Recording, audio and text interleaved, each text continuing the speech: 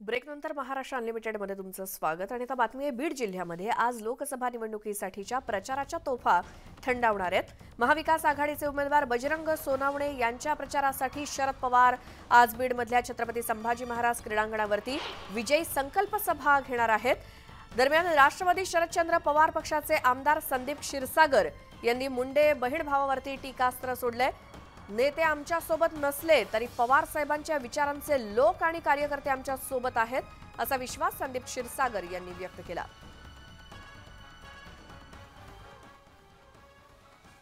तरी 4 तास लोक तिथे बसले, ह्याचा अर्थ म्हणजे परिवर्तन लोक करणार आहेत आणि बजरंग बाप्पा खूप जास्त लीडने निवडून येणार। आडवाडवीचं राजकारण चालू आहे। बहुतांश वेळा म्हटलं जातं की पैशाचा महापूर देखील बहुतांश ठिकाणी येतो, अशी परिस्थिती दिसते बीडमध्ये। नाही, माझ्या निवडणुकीला आपण परिस्थिती बघितली, समोरचा माणूस एकदम विशाल डोंगरसारखे होते आणि बीड जिल्ह्यांनी सुद्धा ही परिस्थिती बघितली।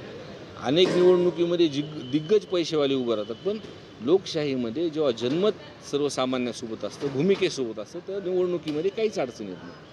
उद्याच्या सभेसाठी नेमके कोण कोण नेते येणार आहेत आणि आणखी राष्ट्रवादीचे जे काही वरिष्ठ नेते आहेत त्यापैकी कोण कोण असेल, सभा किती वाजता सुरू होईल आणि नेमकं पवार साहेबांचं बोलणं भाषण किती असेल?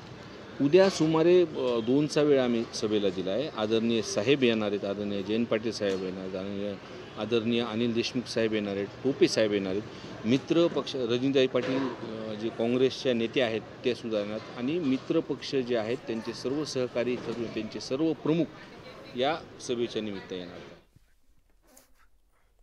त्यामुळे ते तिसऱ्या टप्प्यातील आता सांगता सभा किंवा वेगवेगळ्या ठिकाणी प्रचाराचा धडाका आजच्या शेवटच्या दिवशी असणार आहे।